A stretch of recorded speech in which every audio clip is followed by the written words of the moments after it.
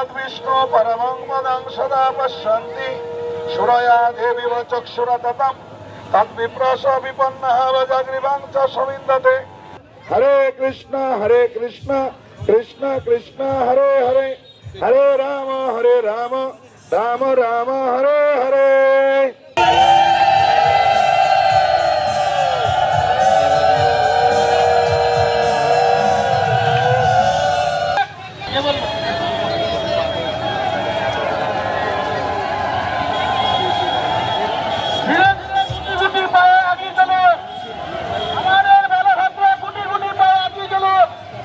বহরমপুরে ইসকনের রথযাত্রায় সামিল হাজার হাজার মানুষ।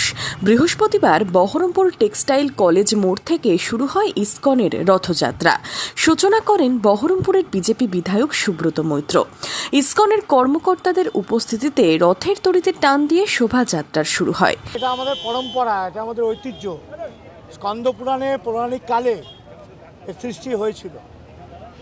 জগতের নাথ জগন্নাথ, উনি আজকের দিনে ওনার সবথেকে বড় ভক্তবৃন্দ গুন্ডিচা রানী, ওনাকে মাসি বলে মেনে নেওয়ার পর উনি ওনার বাড়িতে আজকে শুক্লপক্ষের আষাঢ় মাসের শুক্লপক্ষের দ্বিতীয়ার দিনে উনি রওনা হন ওনার মাসির বাড়ি।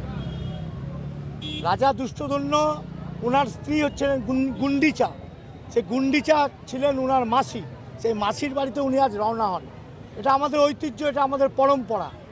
এই রথযাত্রা বহরমপুর শহরের বিভিন্ন এলাকা পরিক্রমা করে ভৈরবতলায় গুন্ডিচা মন্দিরে শেষ হবে। সেখানেই মাসির বাড়িতে 9 দিন থাকবেন জগন্নাথ দেব। চলবে মেলা ও বিশেষ পূজাপাঠ। এবার এ নিয়ে বহরমপুরে 16তম বর্ষে ইসকনের রথযাত্রা। আমাদের এই 16তম রথযাত্রা খুব সুন্দরভাবে উদযাপিত হচ্ছে।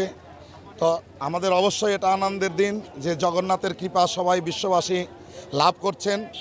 তো আজকেও আমরা বহরমপুরে এই টেক্সটাইল মোড় থেকে এই রথযাত্রা 16 বছর পূর্ণ হচ্ছে। আমরা নিয়ে যাব মাসির বাড়ি গুন্ডিচা মন্দির ভৈরবতলার মাঠে। সেখানে 9 দিন থাকবেন জগন্নাথের মেলা হবে। জগন্নাথের প্রতিদিন সকাল 5টা থেকে রাত 10টা পর্যন্ত বিভিন্ন অনুষ্ঠানাদি থাকছে।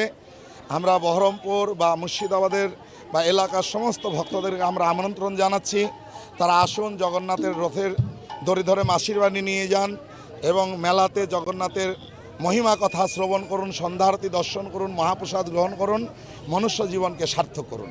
রথের দড়ি টানতে বহু মানুষ ভিড় জমিয়েছেন শহরের বিভিন্ন রাস্তায়। জগন্নাথ দেবের শোভাযাত্রায় পা মিলিয়েছেন বহু মানুষ। উৎসবে মেতে ওঠেন 8 থেকে 80 সকলেই। Bureau report, Madhyabanga news.